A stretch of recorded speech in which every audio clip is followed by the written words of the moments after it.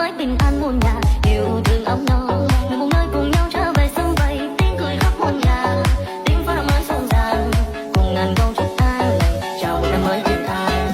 Hoa đào thơm tươi, hoa mai đua màu, người người cầu may, an khang phúc rồng, dù ở chốn xa nào, dù có khó khăn nào, trở về nơi chốn yên bình, ấm áp của gia đình.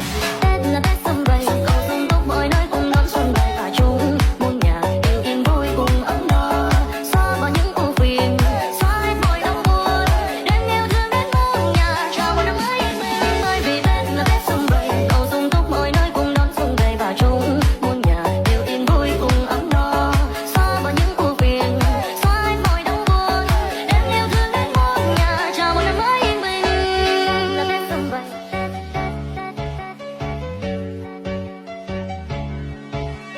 Tết là Tết sum vầy.